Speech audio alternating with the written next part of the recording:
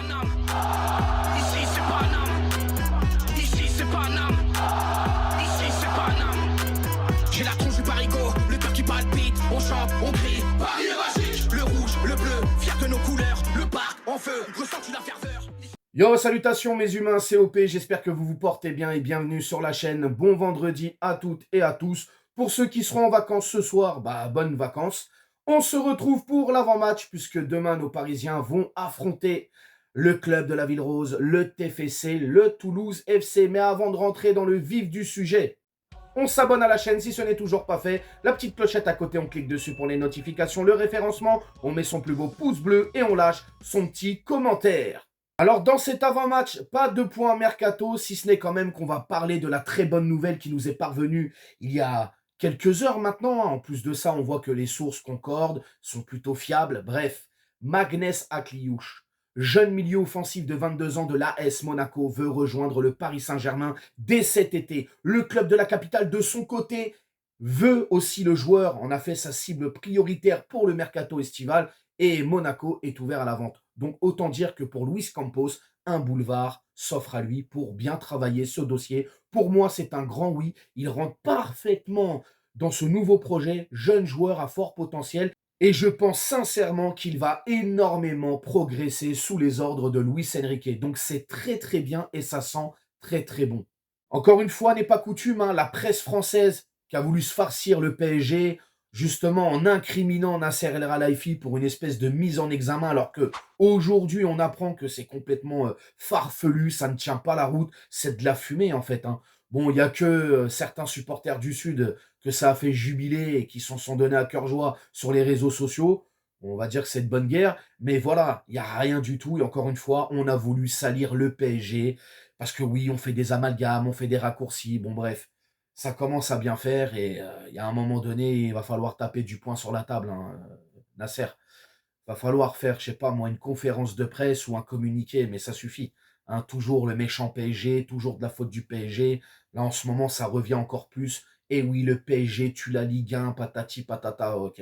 Tout est de la faute du Qatar, tout est de la faute du PSG, si tu écoutes tout le monde.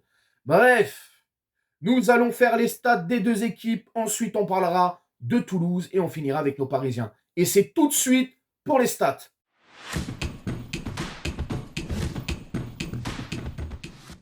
Pour cette 22e journée de Ligue 1, nos rouges et bleus prennent la direction de la Ville Rose pour y affronter Toulouse. Coup d'envoi à 21h05 au Stadium et c'est retransmis sur l'horrible chaîne DAZN. Au classement général de la Ligue 1 et à l'instant T, le TFC pointe à la 10e place avec 27 points. Quant à nos Parisiens, nos rouges et bleus, nous sommes toujours premiers leaders avec 53 points. Sur leurs 3 derniers matchs, chacune de leur côté, ces deux équipes en Ligue 1. Pour Toulouse, c'est une défaite et 2 nuls d'affilée. Pour le Paris Saint-Germain, on est sur 1 nul et 2 victoires d'affilée. Sur les face-à-face, toutes compétitions confondues, les 10 dernières confrontations entre ces deux équipes, pour Toulouse, c'est une victoire, un nul et 8 défaites. Pour le Paris Saint-Germain, largement devant avec 8 victoires, un nul et une seule défaite. Et notamment cette défaite, il faut remonter jusqu'en 2016. On avait perdu chez eux, à Toulouse. On s'était incliné 2-0. Donc voilà, je ne pense pas que ce sera le même cas demain soir. Je vous mets aussi un petit tableau de stats global en Ligue 1 entre ces deux équipes.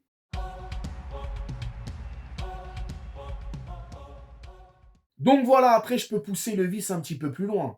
Eh oui les gars, en termes de statistiques, sur les 29 dernières rencontres entre ces deux équipes, toutes compétitions confondues, là aussi, c'est quand même 24 victoires parisiennes, 3 nuls et seulement 2 défaites.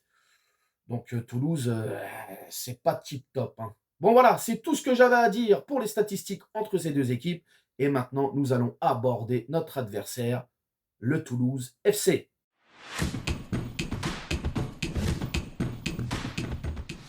Alors cette deuxième partie de saison pour Toulouse, c'est pas la joie. C'est des défaites, c'est des matchs nuls. La dernière victoire de Toulouse, il faut remonter le 5 janvier, c'était contre Lens à l'extérieur. Un pauvre 1-0 avec une équipe de Lens qui était réduite à 10, qui avait mangé un carton rouge. C'est pas top du tout, on va pas se mentir les gars. Là récemment, ils se sont fait sortir en Coupe de France par Guingamp. Et autant vous dire que demain soir, ça risque d'être très compliqué pour eux. Au niveau du schéma tactique, il n'y a rien qu'à changer, hein. C'est toujours le fameux 3-4-2-1. Donc, ce qui veut dire forcément grosse présence au milieu de terrain. Après, dans le style de jeu, c'est toujours pareil, hein. C'est une équipe qui tente beaucoup, qui sait se créer des occasions de but, qui se projette vite vers l'avant, qui sont très bons aussi dans les duels, notamment aériens. Et puis pour ce qui est des faiblesses, c'est une équipe qui a du mal à avoir la possession, qui a du mal à gérer la pression. C'est une équipe aussi en termes de défense, c'est pas top du tout parce que lorsqu'elle a affaire à un adversaire qui est très habile avec le ballon, ça se casse la gueule comme un château de cartes. Et puis c'est une équipe aussi qui est très limitée dans l'animation, que ce soit offensive, défensive. Ouais, c'est pas évident pour eux, hein. Et puis quelque part aussi, je trouve qu'ils sont très prévisibles. Lorsqu'ils veulent mettre en place un jeu ou une attaque ou quelque chose, c'est très très prévisible, le TFC. Donc voilà, c'est tout ce que j'avais à dire sur Toulouse. Et maintenant, on va parler de nos Parisiens.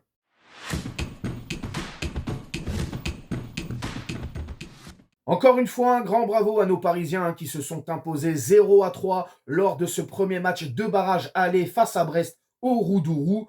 Il faut le dire, on a fait le boulot. D'ailleurs, j'y étais et je vous invite même, si vous ne l'avez toujours pas vu, d'aller voir le vlog débrief qui est disponible sur la chaîne. Voilà, moi j'étais en parkage parisien, c'était juste incroyable. Magnifique journée avec cette magnifique victoire à la clé.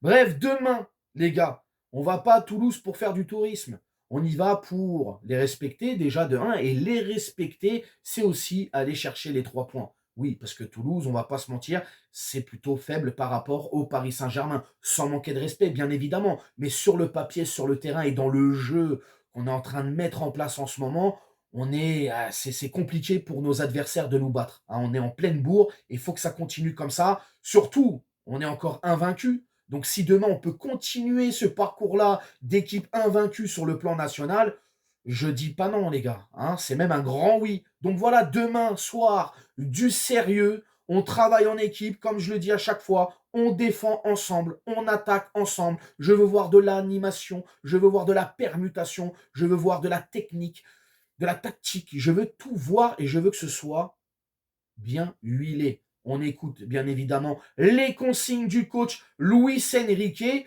Et voilà, on s'impose et on continue tranquillement. C'est tout ce que je demande. Du sérieux, du sérieux, du sérieux, les gars. On y va et on fait le boulot. Au niveau de la composition demain soir de l'équipe, si j'étais ce coach du Paris Saint-Germain, si j'étais Luis El Grande Enrique. Bien évidemment, le 4-3-3 des familles, avec Donnarumma dans les cages, une charnière centrale 100% brésilienne, Marquinhos, capitaine bien évidemment, avec Beraldo pour l'accompagner. À droite, Hakimi. À gauche, Lucas Hernandez. Le milieu de terrain, João Neves en pointe basse, accompagné de Mayulu et de Kanginli. Et pour l'attaque, Dembélé en faux numéro 9, Doué à droite et Kvaratskhelia à gauche. Voilà les gars, c'est le 11 de départ, si j'étais coach du Paris Saint-Germain demain soir, que je mettrai en place face à la Ville Rose, face au club de Toulouse. Pour le score, je vais partir sur un 0-2 pour le Paris Saint-Germain. Donc, bien évidemment, je vois le clean sheet parisien et je vois la victoire parisienne 0-2. Et pour les buteurs, disons que je vais mettre Désiré Doué et je vais mettre Dembélé. Dembélé en ce moment qui est stratosphérique et je le vois bien marqué demain soir, ainsi que Désiré Doué. Donc voilà mes humains. 0-2 pour le PSG. Vous allez me dire dans les commentaires comment vous sentez ce match. Est-ce que vous voyez un Paris Saint-Germain qui va facilement s'imposer et qui va continuer son cheminement tranquillement et rester invaincu surtout, ou vous voyez plutôt un match piège ou une équipe de Toulouse qui va nous poser des problèmes? Vous me dites tout dans les commentaires. N'hésitez pas à vous abonner, partager, liker. On active la petite clochette aussi pour les notifs, c'est important. Et nous, on se retrouve bien évidemment demain soir pour le débrief. Encore une fois, bonnes vacances à toutes celles et ceux qui seront en vacances ce soir. Et puis surtout, prenez soin de vous. Ciao, ciao! Nique sa mère, les footix, c'est l'UTES que j'incarne. Paris capitale et la Liga capitule. On voit toute ton équipe face à Navas, t'es ridicule. Je suis dans une école 90.